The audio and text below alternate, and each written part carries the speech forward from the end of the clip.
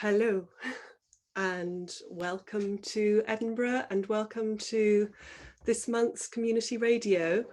And today we're talking to Mark Price and Edgar Rodriguez-Dorans about the projects they're presently engaged with. The tenuous link that I make between them is around the theme of transforming experience by reframing, the reframing process that's made possible when we move across modalities. So for Edgar, the ungrievable grief is made manageable by the creation of a play.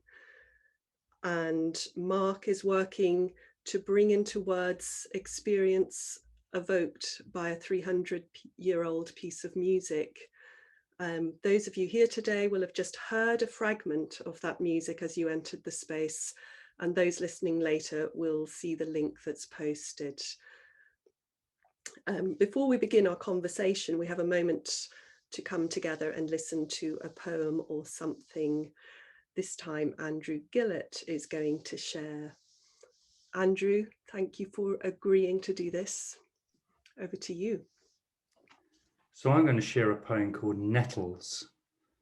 And Nettles is from a new collection by Jen Hadfield called The Stone Age. And I think it might be about transformation and reframing. You tell me the hope is the worst. And I say, yes, like nettles, the way they seize hold of the soil's dark meat. Out at midnight with a garden fork, I mean to eradicate hope. Like an amputation of the nervous system, I will pass its searing sea ferns clear of my body. But as I haul on this red hot rope, what I hear is the last chance clanging of a drawbridge. And as I drag this scalding root, each and every snapped off shoot sprouts its many heads of hope. And, to misquote, many waters cannot quench hope.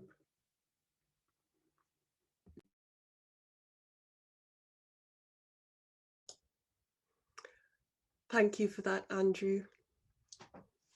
And I'm trusting that it sets a pace and a tone and might play into the conversation that we're going to have today. So I'm going to come first to Mark Price. Mark, hello. Hi there. Hi. I wonder how you might introduce yourself these days.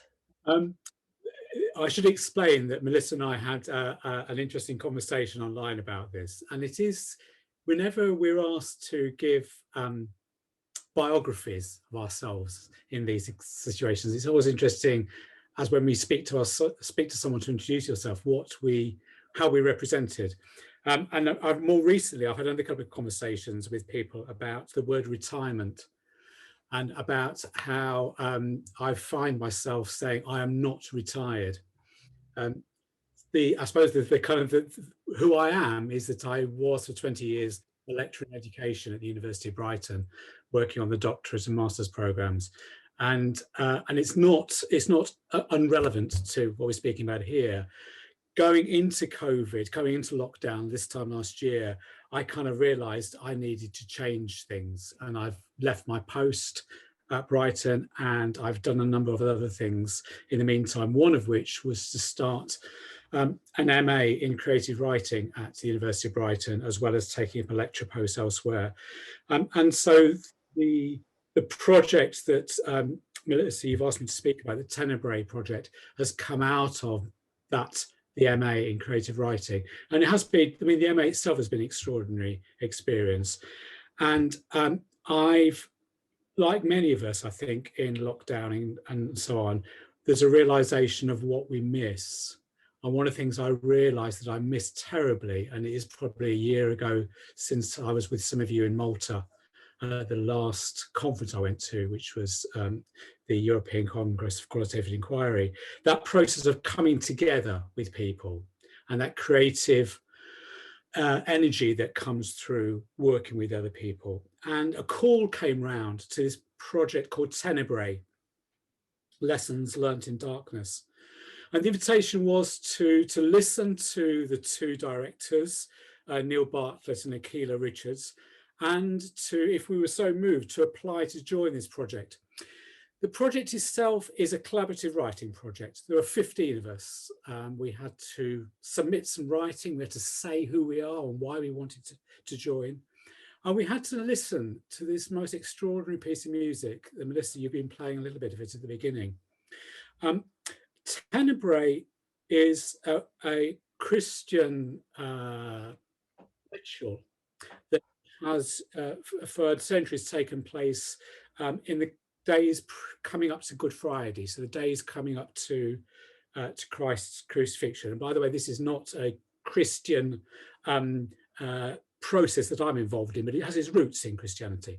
And that process was the Tenebrae ritual, is one where the candles in a church or a chapel or a cathedral are extinguished one by one. And so those attending are taken into darkness. And in Christian terms, it's taken into the darkness preceding Christ's crucifixion. But it felt immediately, as soon as I started hearing about this project, this process of going into darkness and the way that we perhaps been in darkness in different ways. And along with that comes this extraordinary music that was composed for that Christian ritual, which is from a French Baroque composer, François Couperin. And it's based on a series of lamentations, the Book of Lamentations, which are Jeremiah's responses to the siege of Jerusalem and the way that the city was laid waste. And when we started to explore this experience, this process of what this project might be about, it was that sense of not wanting to find our way out of darkness necessarily, but to be in that darkness consciously and to notice what it evokes. And before we rush to put the lights back on again, think about and take out of this something back into the light. And I think it's also feels really right that we're doing this just as lockdown in certainly in England is starting to be lifted. The children at my local school just down the road went back to school for the first time last week. And fingers crossed, this whole project will end with a performance in the Theatre Royal, one of the big theatres in Brighton, which will be opening its doors for the first time, again in over a year. And so, and I'll stop talking in a minute, Melissa. but the last thing I suppose is where it lies with me, and the kind of the evocation it brings to me is, so what is it that we want to bring out of the darkness? I'm under no rush to go back to normal, but I'm keen that with people like those here with us now, that we start to think about what is it we take, what is it we bring forth from the darkness, what are the lessons learned, and what's the meaning that it brings to us. I wonder if there's a question that comes before that, which is how to be present in the darkness, and just to be present with it. Yeah, and that's like. I can see how, because there was a great one of the first things that Neil, one of the directors, Neil Bartlett, who's just a wonderful man, and not met him before, but one of the first things he said to us, he read us this quote from Jean Genet, and he said, what's important to bear in mind is that if when you start a piece of writing and you already know where you are going to end up, then it's not a literary adventure, it's a bus journey. Mm. And the structure that we have is, because I'm really impatient, I will want to rush to find an answer. You're looking for the outcomes and already. Oh, come on, give it now. I want to know what's going on. And the process of staying present is a disciplined one. Mm. Well, I'm already wondering if this is something that perhaps the music allows, and that the reason for bringing music into this process is because it, in some sense, it provides a temporality to being present in, and it guides a journey into this darkness and through it, and might hold the space in a way. I think it provides form, and again, Provides a form. Yeah. kind of coming to understand and appreciate more that it's both the workshop sessions we have and the way that they are curated very carefully, and the music. I mean, it's incredibly formalized. I mean, it's operatic soprano voices with a viol, particular wonderful stringed instrument, a bit like a 7-string cello and with frets. And there's a real formality to it, but at the same time, it takes me into a very present place. But I've had to learn to be present with it. It's not necessarily the kind of music I would choose to listen to, if I'm honest. So there's a place of being given a form, which it's very disciplined, I think, then I found has enabled me just to stop some of the chatter. It just allows a way of being with it. Right. And I think I experienced that in other places too, but yeah. So you've had to sort of somehow develop a relationship with quite an unfamiliar piece of music. It takes you somewhere quite unfamiliar. Yes. And, yeah. And there's something about the age of it being 300 years old that suggests that we're going deep. Back.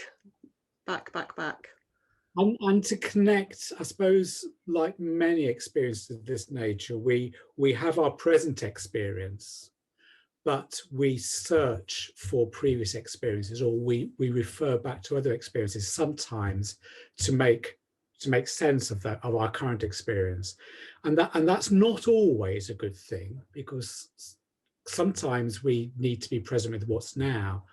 But actually, by going back, we also realize that what we have as experiences has references to other places.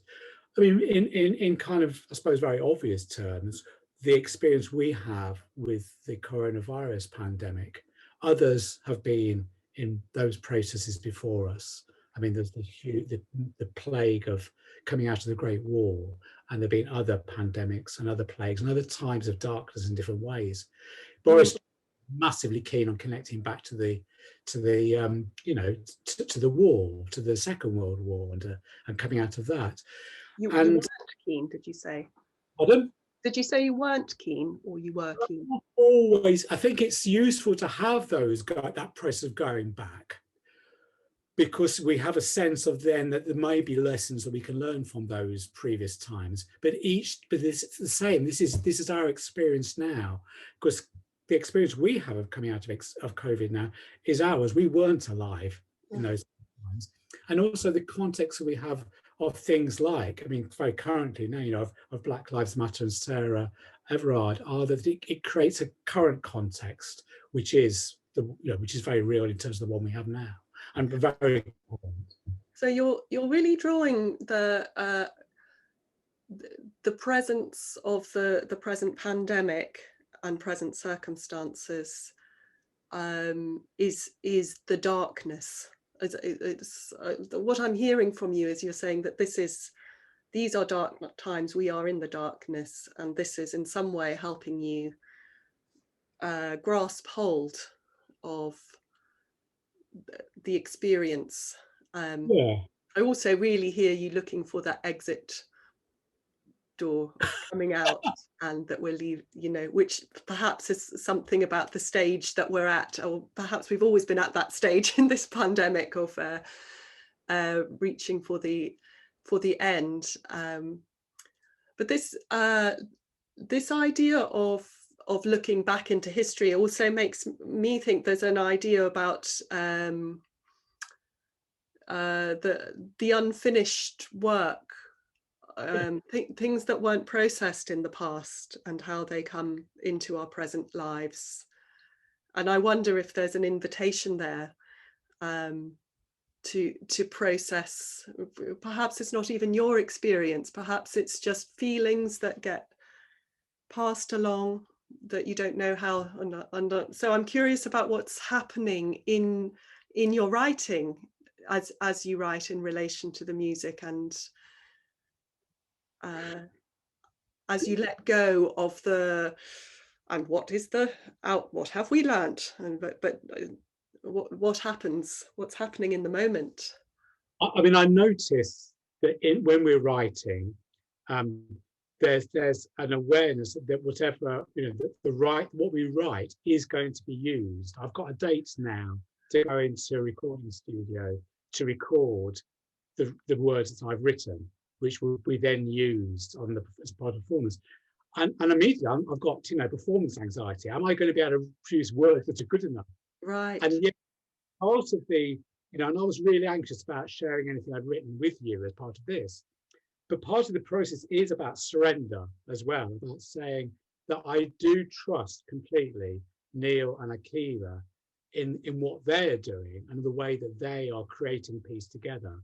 So we're in the workshops, we are like this. There are faces on screens, and Yes. we're into silence, and we give them instruction to write, and we give them provocations, and we then ask to share. Vanessa, will you share? Louise, will you share? Melissa, will you share? And it is very, very tightly structured. And I have to say, for someone who spends an awful lot of time structuring other people, it's just brilliant. Because there is a kind of like, yeah, bring it on. I'm just relishing and enjoying the process, and trust that the layering of the writing that we produce will be done in a way which is sensitive to what we're trying to create. And I'm as excited. I mean, I'm really excited to experience the whole thing as well as my own bit. You did let me have a look at a little bit of what you wrote, and without sort of reading it all out, and I guess I had a sense of trying to recall a dream, sense that there's something sort of fragmentary and odd about what you were putting down, that they were sentences, and that you don't yet know where it comes to, and I can hear there's a sort of tension between being in that space and knowing that it's going to be performed, and knowing something deeply private, and also bringing it out into the world. That sounds challenging. Thank you, because that's exactly it. Okay. And it's half waking. It's almost like you do you ever have that sense of you start to come out of a dream and you realize you've not finished it, and you want to try and finish it, and then you try and remember it. Of course, as soon as you try and remember it, you lose it, and you're left with a sense, you're left with some sort of essence of it in some way. And I think that's what this is. And those half-formed sentences that I sent you are fragments, and that's fine. I think that's fine. I think that's okay. And it may be that what I end up recording and what the other 14 people end up recording are those fragments. It may be that it is if you like, almost like a collage of fragments. I don't know. Well, I think it's interesting to question our idea of what a narrative is, and and perhaps they are complete. Perhaps that is it. It's interesting. I got really annoyed with Keir Starmer the other day, his response to Sarah Everard and the police response to the demonstration and so on, and about this kind of immediately there has to be a formalized response, which is about, we're going to lock everybody up. I mean, we're going to lock the protesters up, and we're going to lock the perpetrators up. We're going to lock everybody up, and it may be that in terms of narratives, that we have to give space for narratives to emerge that aren't always structured, that aren't always clearly, linearly constructed, that sometimes narratives are kind of echoes and pre-echoes and deja vu, or whatever the opposite of deja vu is, and those kind of things. And when we receive them, when we hear others' narratives, or when we come across a piece of art or whatever it might be, the fact that it's not structured in a coherently narrative form is still evocative. It still creates a space for us to find meaning. Yeah, Mark, I want to kind of hold on to the thought and move over and bring Edgar in at this point, because I think Edgar's work really speaks to the idea of there being no room for you in the narrative and having to create your own. And, you know, thinking about narratives that exclude and narratives that include. Edgar, hello. You're on mute still. Hello, Melissa, and hello, everyone. Would you like to start by just introducing yourself? Yes, of course. My name is Edgar Rodriguez Dorans, and I am a playwright, a dancer, choreographer, director, and I have no certification for any of those activities. I have just done them. I have just learned by going, and I have staged some performances since I was 18, 19, and I've done that work with a theater company that I co-founded in Mexico with one of my friends when we were both teenagers, and we created that in the company of other people, other like-minded people who were not actors nor dancers, nor they were no professionals, but we created this community that has lived until now for decades, for 2 decades, and that is part of what I am going to talk about today.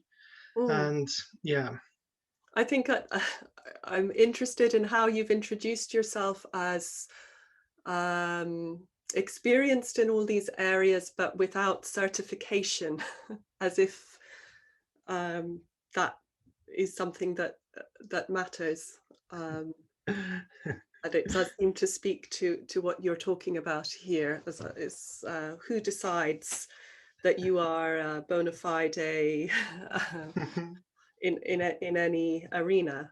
Yes, well, you know, the issue of certification is a delicate one, because I think in some ways it doesn't matter. I mean, it hasn't stopped me from doing these things, but in some ways it also needs to be recognized by others, and some others need certain proof that you are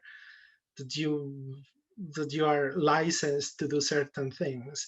I've studied psychology and counseling, so I have my bachelor in psychology and master's of community counseling, and I wanted to do my PhD back in 2010 in theater studies, and I created this personal statement and I applied to the University of British Columbia, and I got a rejection saying that my work wasn't really connected to theater.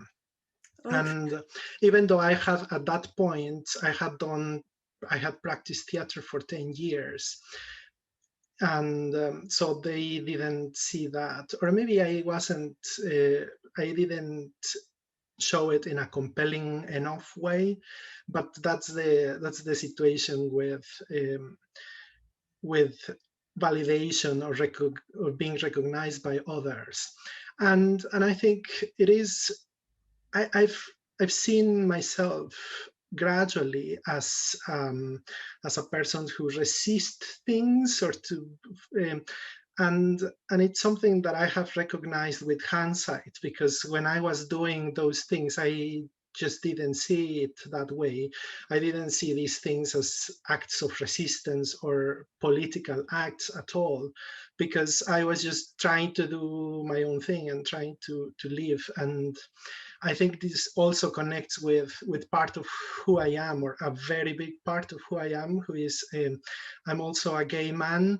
And that has been one of the greatest deeds of my life, because gay men's relationships have been policed, have been scrutinized, have been diagnosed, assessed, they have been prosecuted, so it's a long history of our relationships being banned or being just like they have. It's almost like society has wished them to be seized, or to Yes. so I think part of the work that I want to talk about today is this theater play that is based on my friendship with Julio, a very dear friend of mine, with whom I co-founded this company. And I entitled this play my friend Giovanni. I changed his name from Julio to Giovanni because in the writing process it was quite hard to see those experiences in the page. It was very painful, and I needed some distance with the text. And changing the names, even though it's based on a true story, in our story, it felt that I needed that distance. And this play, My Friend Giovanni, or mi amigo Giovanni, is a proposal for shared mourning through queer community performance. And it discusses the idea of using queer community performance as a mourning, grieving, memorializing, and transformative approach in the light of the death of one of our community members. Julio died 2 years ago, and because the families of the deceased hold so much power about how the bodies are treated, how they are ritualized, how they are disposed, queer communities often face limitations in the ways that we deal with the deaths of our beloved ones. So in trying to explore ways to process our losses, queer people may find ourselves creating alternative ways of grieving. So with this play, I build upon the concept of continued bonds with the deceased, and the concept of the ghostly temporality and spatiality of queerness.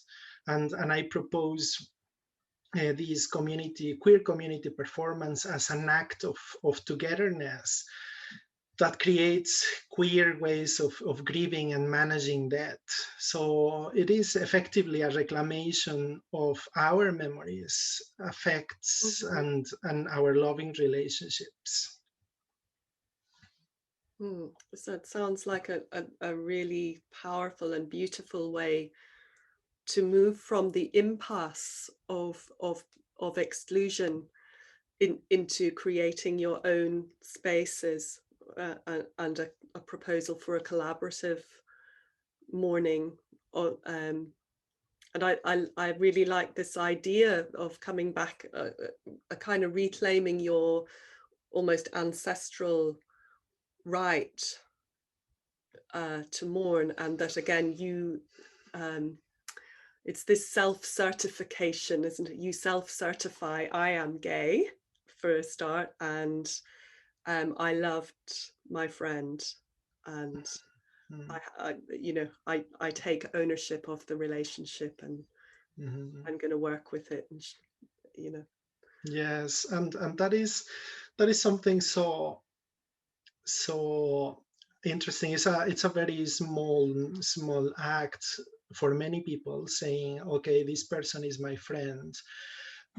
It seems almost like an innocuous statement, but for us it was a real act of reclamation, because first we met, and we had a brief friendship before becoming lovers, and we were lovers for 7 years. We had this intimate relationship that really taught us a lot.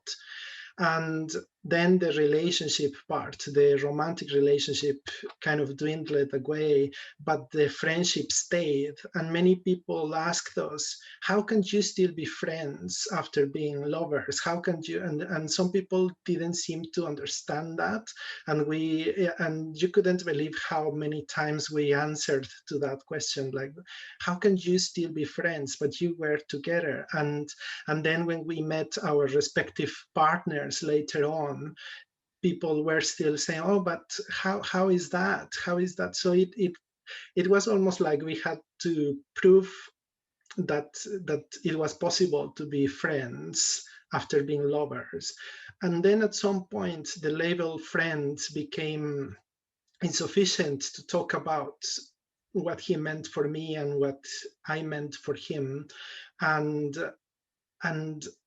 we started calling ourselves brothers, and we were brothers. So this is a play that also reflects that type of relationship that is very queer. And I hadn't noticed that, but it's very queer in the sense that it transcends barriers of kinship, of friendship, of romantic love, and now I am realizing that it even transcends death, at least medical death, because for me he's still alive, and it's still alive every time that we gather for our rehearsals. And when I invited people, part of our community, to be part of this project, they immediately said, "Yes, of course, for Julio, I will be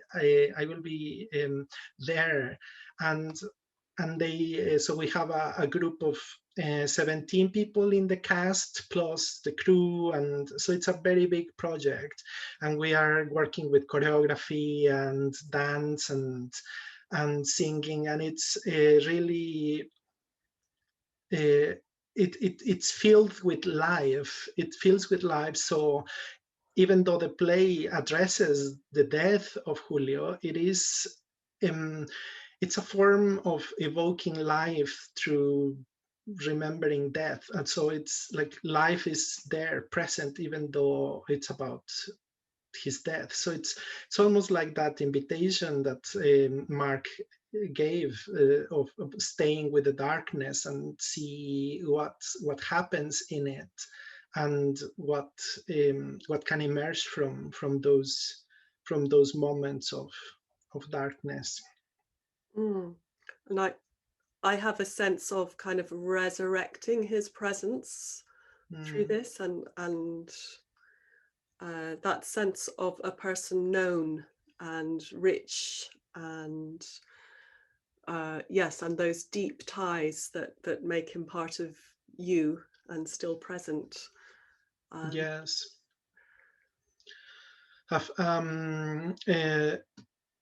I launched a casting call for the two main roles, because even though I would have liked to portray myself, but it would have been difficult to portray a 17 or 18-year-old boy now for me. So, I mean, I think that I might look younger than my age, but 17 would be stretching it too far. So in the casting call, the two actors who were selected for these roles have commented on their impressions of the characters based on the text, and they say that there is something so truthful about it, that there's this sense of energy of the characters being very very real. And one person who I invited to help me with the cast, he was a friend of Julio, and and I asked him, could you help me to select to go through the auditions? And he said, yes, of course. And after we finished the auditions, he said, you know, Edgar, I hadn't really had the chance to talk to you, or I hadn't really met you properly, but I still feel that you are my friend, and it's almost like the love that I had for Julio. Now it's almost passed on to you. And at that moment, I realized that I hadn't really spoken to him, and I hadn't really met him properly. And it was like, oh, so how do I feel that close to this person, that I really asked him to help me with this very, very intimate project? But it was because of that energy that is passed on. So it is a sense of transcendence that stays with us. So in response to what you said about resurrecting his memory and inviting him to stay with us. And something about really asserting, I know him. I knew him. I have a relationship with him that has been, I guess, denied by not having the traditional access to the traditional modes of mourning. Oh yes, definitely. I've found myself using a lot the second person, no, the first person of the plural, we, a lot. And I do that in a very deliberate way, because it is taking ownership of the narrative. And we had over 2 decades of history as lovers, friends, and family. And we had a mutual implicit trust in each other. We knew each other's passwords, we knew our PIN numbers, our bank details. So we had that level of trust and I mean, we also knew other far more important things about each other, like our fears, our anxieties, our pains, and that helped us to. And with this, I'm not saying that it was an idyllic relationship in which everything was open. What I'm saying is that, of course, we had our individual struggles and our own personalities, but we would always eventually share things with each other, even when these were truths that were difficult to hear. And that really has pushed me to say, I need to be brave and say, yes, this is our narrative, and even though he's not here to corroborate it, I have the trust that it was us, that it was our narrative in the way that we wanted to just to demonstrate to ourselves first, and then to others. Yeah. I have just a practical question about how you are bringing this play together in these times. Are the cast in Mexico or? Mm-hmm. Yes, they are in some different cities in Mexico, and I am here, and we have someone who is joining us from Canada, and someone perhaps potentially who might join us from Germany. So we have people in different parts of the world, and we rehearse over Zoom, perhaps like we are doing here. We just use the technology in a way that we just try to break that kind of stillness of the screen or the frame. We play with distance. Sometimes we have scenes where we are as far away as possible, and sometimes we have really close-ups Yeah. that like show Yeah. that intimacy. And we have something that we've discovered is that while with our dance in the theater on stage, it was like we would focus on the whole body. Sometimes we have dances here that are more about the face and about like having this kind of creation of moments, and that has been a very creative endeavor as well. Wow. So you can use this online space and yeah, playing with the parameters of these boxes that we find ourselves inside. Wonderful. Yes, and you know, it was something quite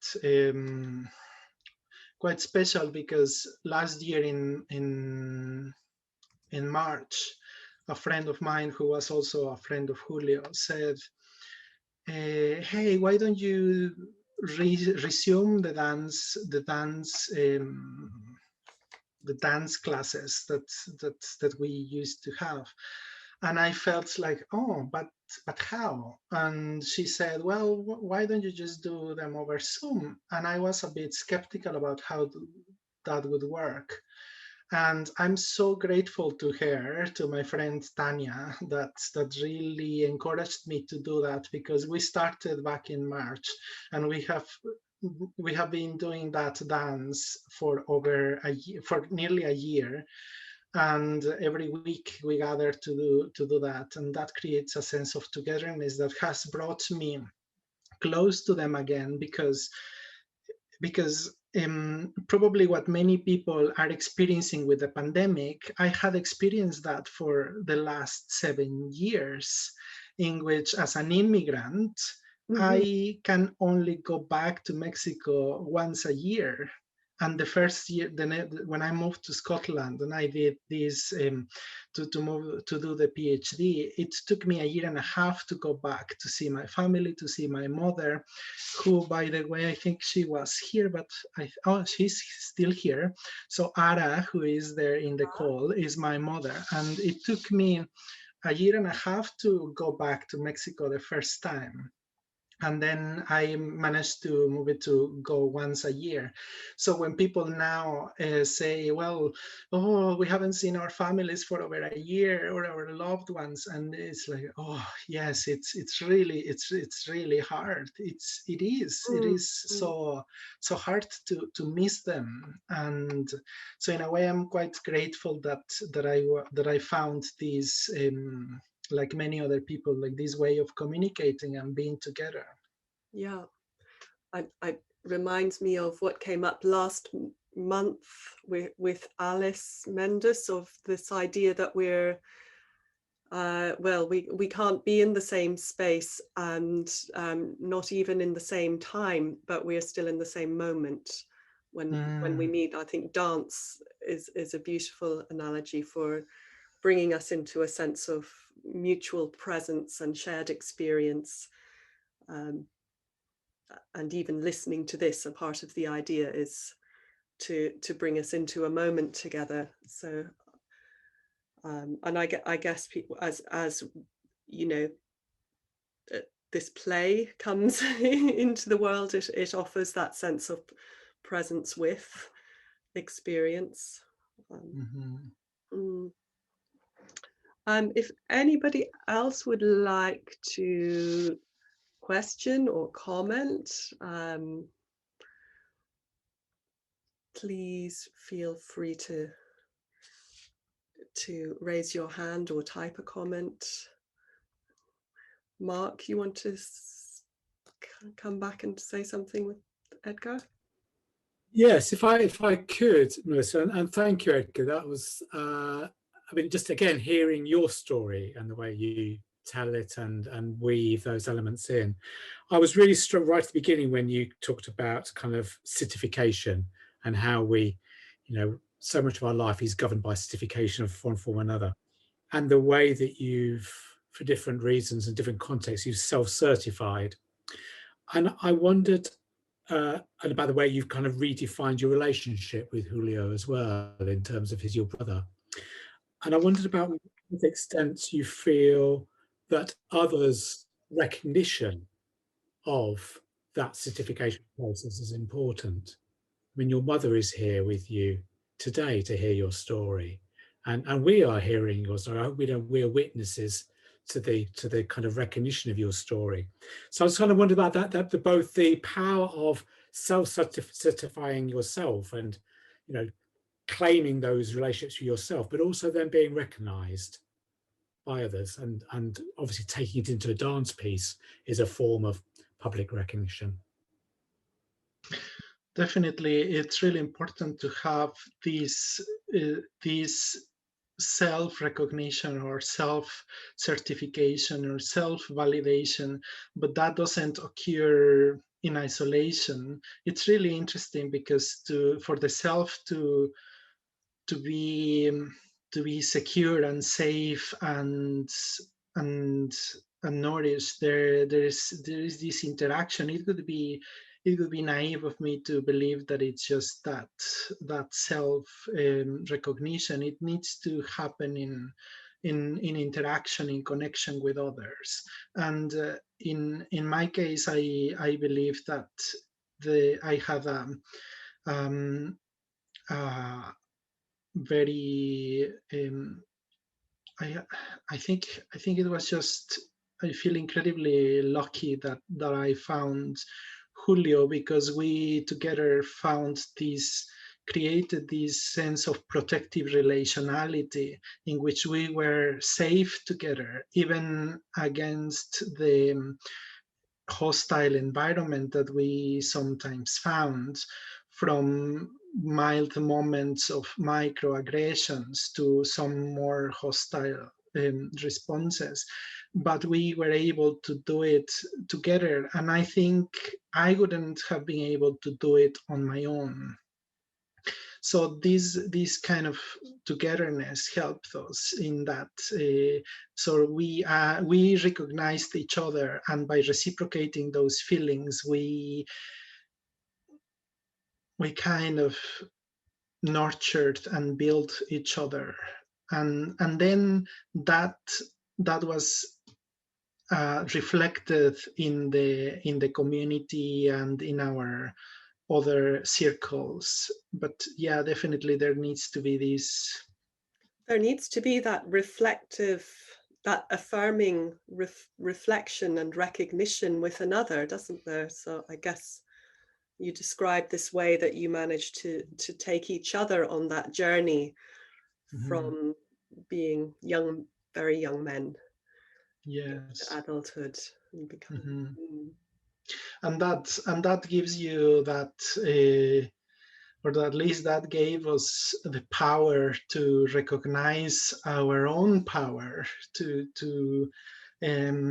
because sometimes people would respond to us just in positive ways, but sometimes in negative ways, just by being there. Sometimes we wouldn't be even doing anything, but just because we were sitting together next to each other in the class. Imagine a class of psychology in a university, and sometimes we would have snide comments from certain people. And it's important to say that not all people, but some people would have these kind of microaggressions towards us. There was this time, something I remember, that a girl sitting behind us in the lecture theater said, you know, homosexuality is wrong, and that's why God doesn't allow homosexuals to make love while looking each other in the eye. And we were like, did she say that for us to listen? Or so we made sure that she listened to us when we said, well,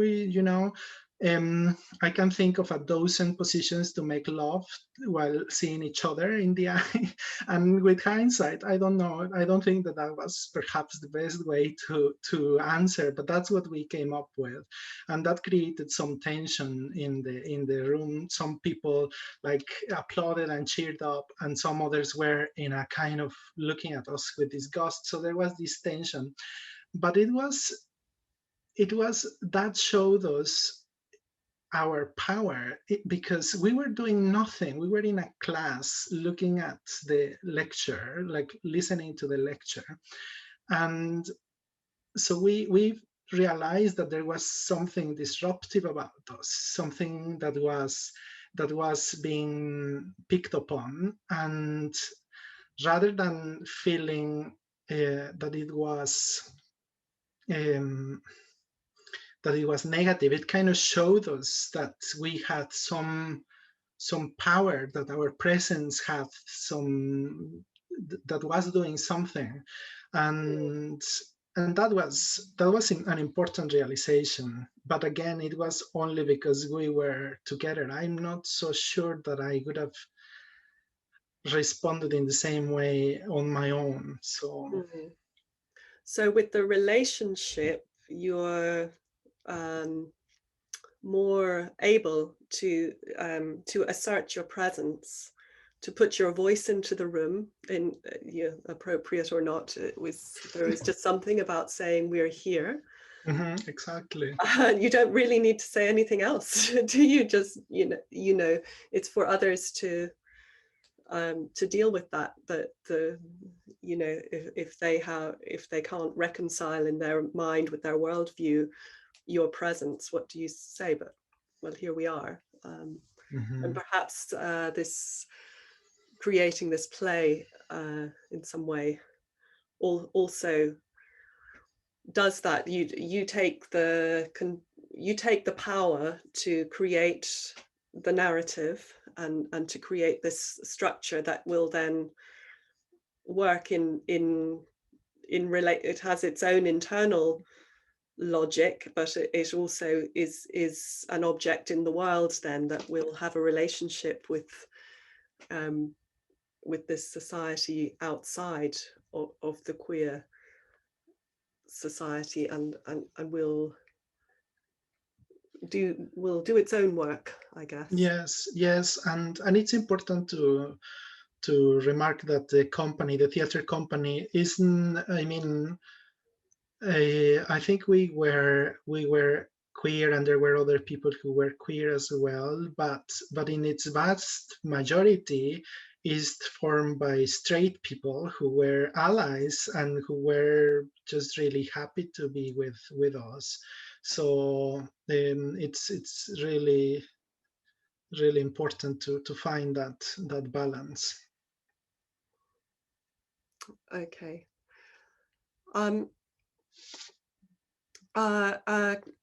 Karen has a question, which she can't get her microphone to work, she says, so I'll read it out. She says, I have had a significant loss in my life and have continued the bonds with that person. I find it hard to explain that to others. How does this play help or communicate with that continued relationship with Julio? I suppose it's a different way of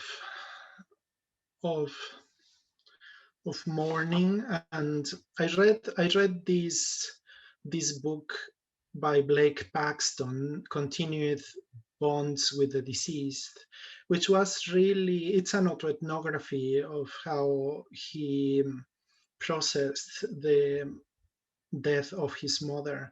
And the idea, the concept of continued bonds with the deceased was something really attractive to me. And because I've gone through the death of my father, the death of my grandmother, the death of really important people in my life. But the death of Julio was something beyond those other deaths. It's something that I was just telling my mother recently, that I don't know if I will ever overcome that death. And reading this book helped me to realize that there is no such thing as overcoming, in some ways, that you can continue those relationships and that they change, and that another autoethnographer, Tony Adams, wrote this very beautiful chapter in which he writes about his relationship with Brett, who was his lover and friend, and in a similar vein to what I write about Julio, and how he imagines conversations with him, and he imagines what he would say, what he would do, how, like, it's almost like bringing him into the present. And that is something that I find really important, and that has helped me cope with this, because it is, I bring Julio into the present, and by doing that, I just feel that it's something that that doesn't have to end, that because there is this medical death. So I think in that way it would help, that this theater play would help to communicate with that, with other people. So people who are going through similar situations. Yes, I can certainly also relate to how this question of how to process and come to terms with the loss of people who are very close, and where we can't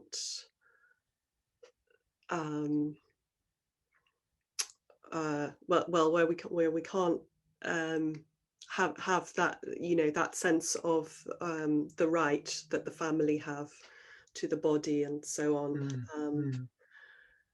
And also as a way of trying to kind of integrate or introject, to be psychoanalytic, those parts of yourself that are contained within Julio, and that, it sounds like there is just so much of you in this relationship that that you need to stay in relation with, and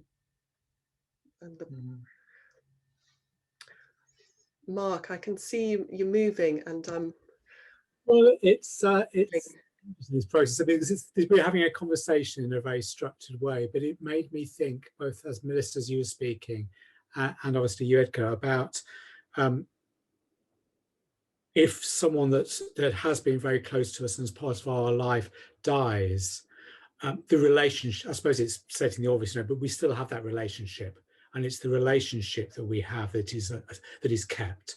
And we find ways, and we talk about either coming to terms or integrating it or letting go, or all sorts of linguistic gymnastics, but it's a way of that relationship still being with us in whatever way we're able to carry it, and that has meaning for us.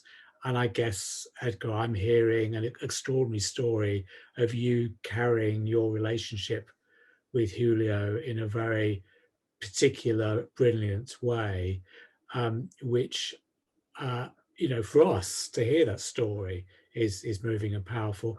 But to see the performance piece as well would be, again, and we use words like representation, to represent, to present to others a relationship which has been magnificent, which is magnificent, and everything. And that's just a privilege to hear that and to witness that.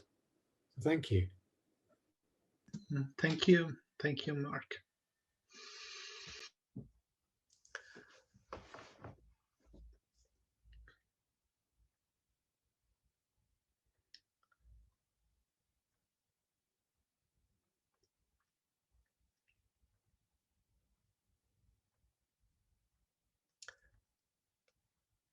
I'm trying to formulate a thought, but it is about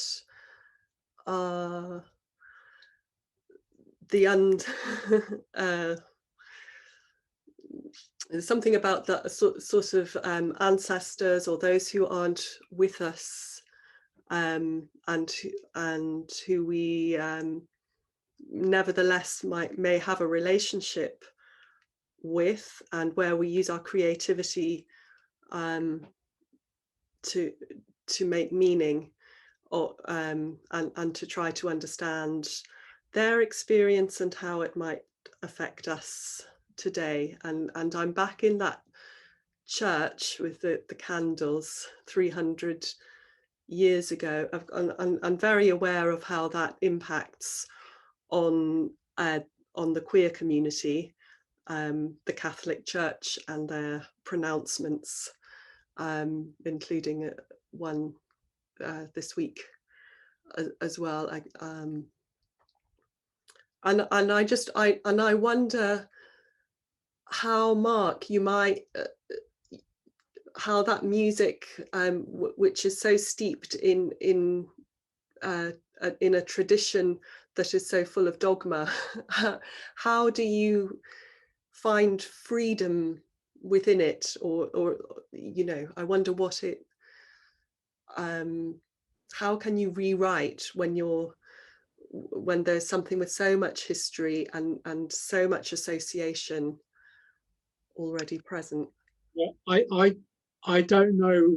I mean, I can only take my experience into it. I don't know what it would be like if I had grown up in the Catholic faith, in the Catholic tradition, and to be kind of reclaiming something that was so steeped in formality, and particularly in a culture which hasn't always been as accepting and as celebratory in the way that we would want it to be. So I don't know.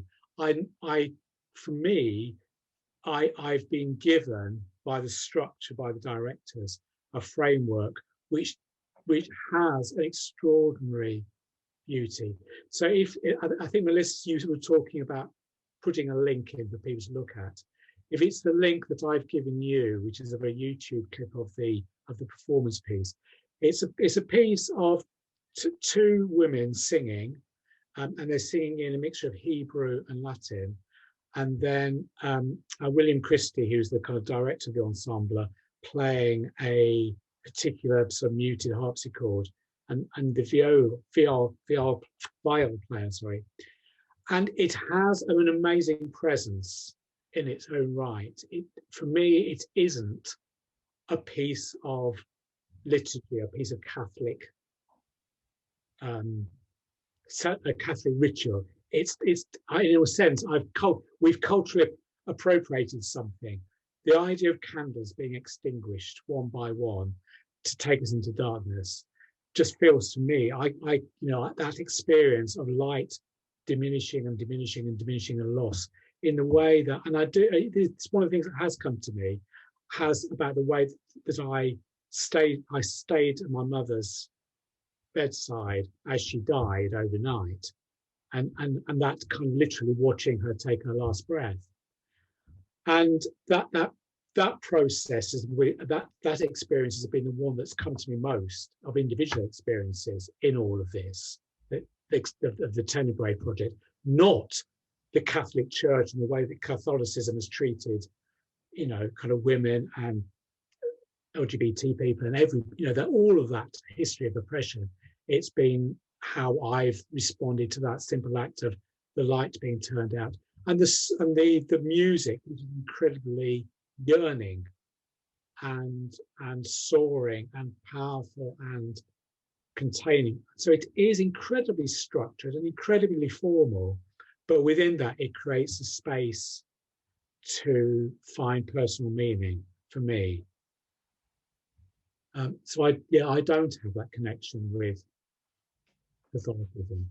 It's bizarrely, the new lecture post that I've got is in a Catholic institution as well. So I'm being confronted by Catholicism at every turn at the moment, which is another story. But anyway. Well, I think I was raised as an atheist in Ireland, which is sort of a preposterous notion. But it took me some time to recognize the depth of my immersion in Catholic culture and how Catholic I therefore was. And I think whether we recognize it or not, it runs deep. And when you talk about the use of Latin and Hebrew, and I mean, these are for us in this part of the world, in Europe, these are hugely influential. You know, they take us right back to almost to a sense of the eternal and the universal of our experience. And death is a universal. That's the connection for me. That's important. Is that universality of death and loss. I guess that's the meaning it gives me. But sometimes I think that reaching for that meaning, it's out of reach. We're reaching to find meaning, and perhaps the reaching of it is the important bit. Perhaps, I don't know, perhaps the realization comes later. The expression first, and let other people maybe you find what it meant later. Yeah. Gabriel, are you wanting to come in? Yes. I have been working with kind of a pathological version of what you have been saying, following the concept of incorporation in psychoanalysis, which refers that we lose someone and then we kind of deny it, and then it remains as a dissociated personality inside. And there are a lot of cases where you can see that dissociated personality working through the kind of dreams and lapsus and things like that. So I find it really, really beautiful to listen basically maybe the contrary of that. That's kind of owning this relationship without negating it, and then honoring it in a creative and community way. So it's that I have been reading basically a lot of the pathological side of Lost, and this sounds really constructive and really positive. So wanted to share that. Thank you, because I think you've articulated something that I have also been kind of trying to reach for around how we deal with the ungrievable, or what cannot be articulated, and which therefore becomes pathological in a traditional sense, and the idea of using these arts-based methods to articulate and to allow something through, and to allow it to form again in the world, being such a powerful way of reclaiming you know, our losses.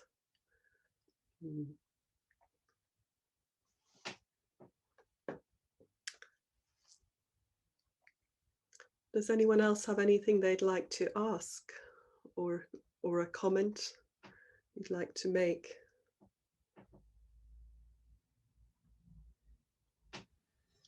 In the meantime, I would like to post in the chat a link to a podcast episode that I recorded with the poet and theologian Padraig Utama, who is an Irish poet who is also gay, and I've collaborated with him in a project on a book, an edited book on the everyday lives of gay men. And he is in this link, in this episode, he talks about how he has navigated like working as like working within religious studies and working within the Catholic Christian communities, and how he holds those apparently contradictory narratives. And he's a brilliant conversationalist, and he is going to put it more eloquently that I am able to do it. So if you are interested, then the chat is the link is in the chat if you are interested in that.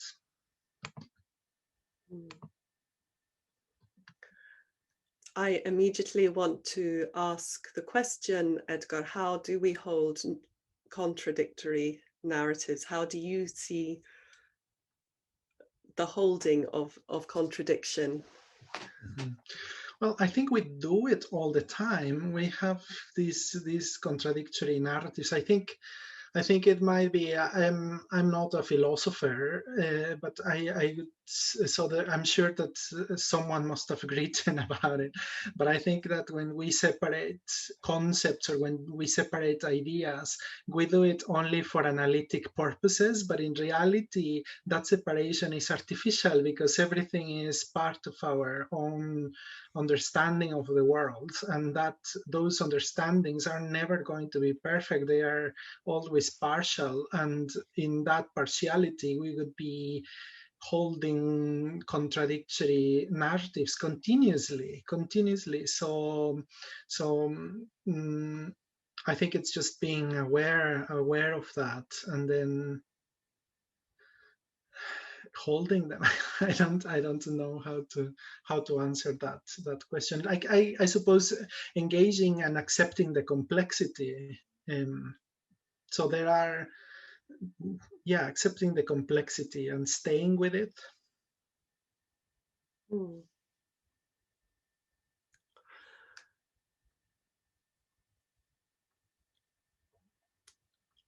Hmm.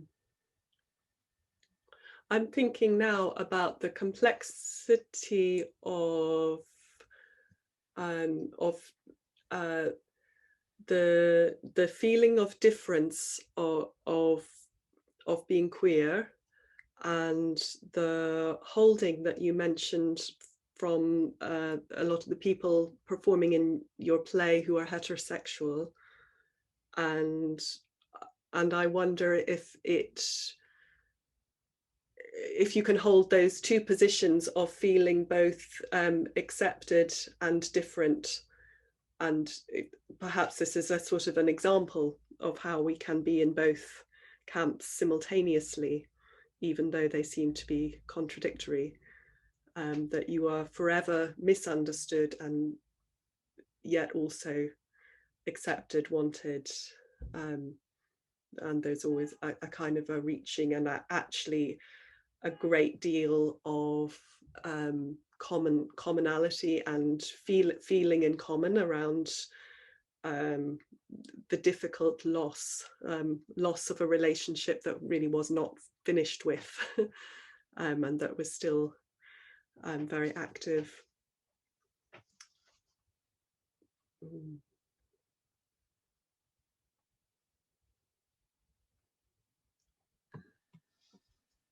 Yes, I think that you pointed out something that is very important. Feeling the difference, but feeling at the same time the commonalities, and that speaks to that complexity or those apparent contradictions, and it's certainly something we've experienced, something that I see with heteronormativity, which is something very powerful and something very fragile at the same time. It is amazing how heteronormativity is portrayed as something so ominous and so overpowering sometimes, but at the same time it is just so fragile. There was an incident that I wrote about it, not in the theater play, but I wrote about it somewhere else, where Julio and I went to the police station to report that we had been robbed. So we went there, and it was a night out. We were on our way to the nightclub, those times when we were able to go and dance and be together in nightclubs. So we went to the police station, and there were various police officers on duty, and we were 20, perhaps 21 maximum, but we were quite young, and there were about 5-6 police officers, and we were giving our narrative of the events. And so we were sitting by the desk. The police officer was in front of us, and then there were, like, behind us there were other police officers, and behind the person who was taking the narrative there was a window which was reflecting what was happening behind us. And then one police officer was kind of making signals to someone else, and say, like, referring to our apparent feminine behavior and our clothes, and then the police officer made a kind of prosaic gesture indicating, and then he muttered the word puñales, which means faggots but it was all, so we saw it, but he thought that we were not seeing him, but it was like behind the we were seeing it through the reflection.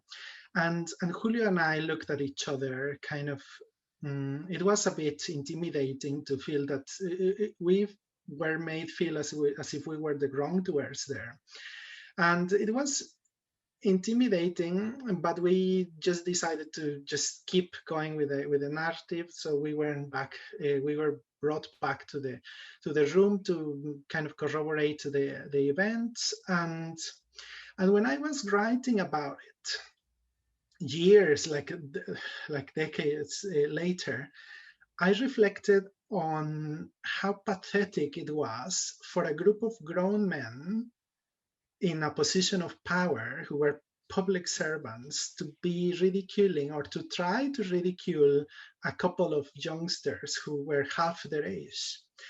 And that just showed me how fragile that sense of heteronormativity is, because it is why, if it's something so powerful and heterosexuality is portrayed as this, or this natural force that everyone is like supposed to. So if it's so powerful, why are people so afraid of people who don't represent a threat? So they imagine the just two young people there surrounded by a group of grown men. That shows to me no power whatsoever. That shows to me the fragility of what heteronormativity is, policing our clothes, policing the way we behaved. So it was something quite, so that duality or that contradictory, how do I make sense of that contradiction? Of I don't know if I expressed it properly, or if I made myself understood, but yeah, I was very, very taken aback by that. I think I think it's one thing to deconstruct and analyze an idea like heteronormative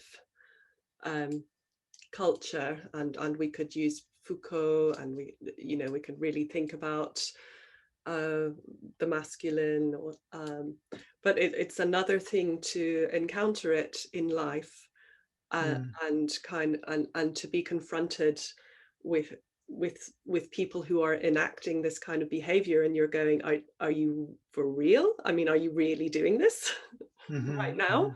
I mean, can you not see it? And if you were to ask the question, they probably would say, yes, I can see what I'm doing, and I'm doing it, because they're so bought in, that they have made their own sacrifices in order to have their position, that they can't in front of each other say otherwise. But yes, that's sort of, but I think this idea that it's sort of both stunningly fragile and yet seemingly impossible to change. I mean, how many generations have we been trying to escape from this or rethink it, and yet it gets reproduced. But in that fragility, I like the image of the spider's web, or something that is fragile and yet strong, and thinking about networks and bonds, and how we can also build within and through those existing structures, we can build other structures seemingly just as fragile. And I think these creative works in progress may be part of that.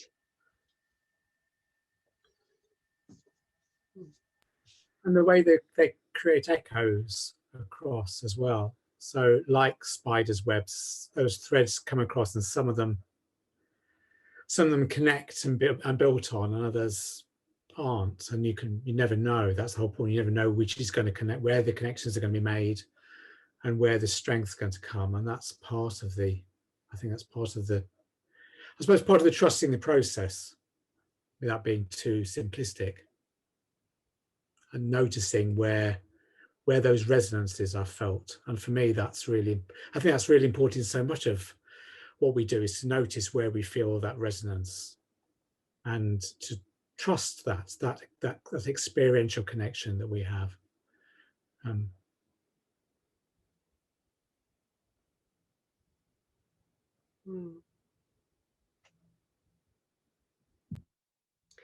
Mark, do the candles get lit again in the Tenebrae ritual? Does the light return, or no? This is like, you know, sort of looking behind the scenes. So I think there's as far as I know, and please forgive me, this is not beyond my area of expertise.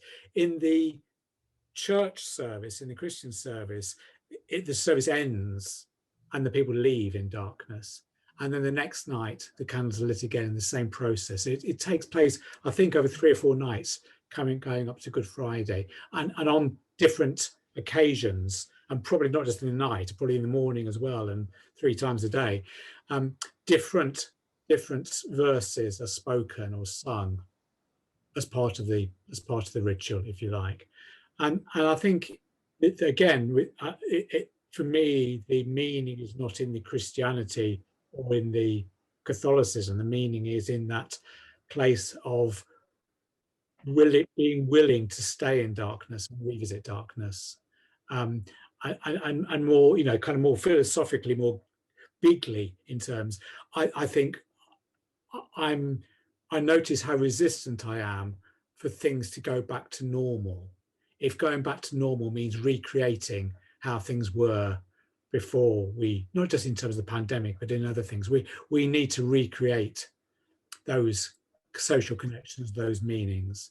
And that means, you know, whether it's structural misogyny and structural racism and structural homophobia, we need to deconstruct those, but also we have to find ways of creating new meaning and creating new webs of connection. And so for me, it's not a case of returning to normal. And actually, there's not a rush. I mean, much as I want to put my arms around people and hug them to me, I would die to go to no, I'm not literally. I would like to go to a pub very much and open a Not die. It's like... But there's that sense of, you know, how do we want to relate to each other? Where do we want to find this? Where deliberately do we want to turn the cards over to find meaning and create resonance? And I think it's why acts of creativity, whether it's what Edgar's doing or the kind of projects I'm part of, give us structures to do that, to explore that. And then this process, our hour and a half together. You know, I know you were saying, I imagine, Melissa, your anxiety of hosting an occasion like this, and we kind of know we're not quite sure where it's going to go, but that's okay. Part of what we're doing, this is trusting that we're in good hands, and those hands are ours, that we connect together. Yeah. I think about how in the darkness we notice other things, and we become aware of colours and light and flickers, and it becomes rich and full in its own way.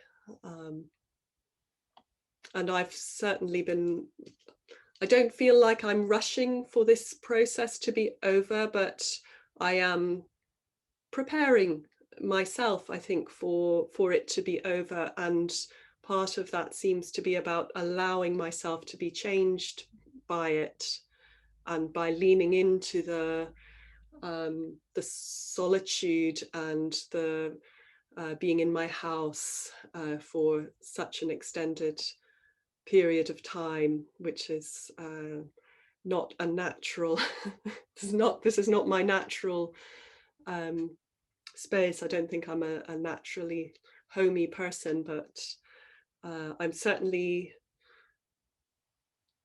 very much enjoying the idea of just allowing myself to change in ways I don't know. And what will happen when I meet the world again, I don't know. Use the phrase leaning into it, which I think is beautiful. I think that is, we kind of gently lean into the process to see where that takes us without, so it's not a kind of fling the doors open, it's just moving into it with intention and some level of presence, hopefully. Yes, yeah.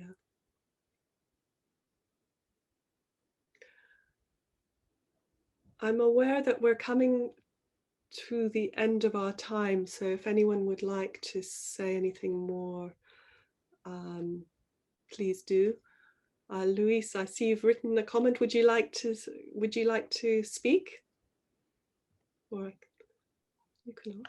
Thank you, Melissa, and thank you both for this wonderful, or all for this wonderful conversation. I've enjoyed listening so much. I just wanted to say that when dancing, I often close my eyes, actually, when I can, of course, if there's the space to do that. And I've been wondering why I do this. And I think it is because I feel more intensively. Like when you just spoke of darkness, there are other things that are coming because one central aspect is not there. So the other senses become more intensive. And also, speaking to what Edgar was saying, I also think it helps in holding, like being in this in-between space, holding the contradictions, holding complexity, because it somehow connects me more to my inner world, maybe, but whilst also being connected to the outer world. So I just wanted to share that, that comment of reference. Thank you. So we really are in our last minute. So I think I had better take this time just to thank Mark and Edgar for sharing so much of what you're doing, and Andrew for bringing us that beautiful poem. I'm going to be listening back later, and we will have more guests in the pipeline for next month, and I hope to see you then. Okay. Thank you. Thank you, everyone. Thank you. On your mic, that's great. We can say goodbye. Perhaps even we could switch on our mics and give a round of applause. That would be fantastic. CCRI applause. Okay. Thank you, everyone. Thank you, everyone. Thank you. Bye. Bye. Bye. Bye.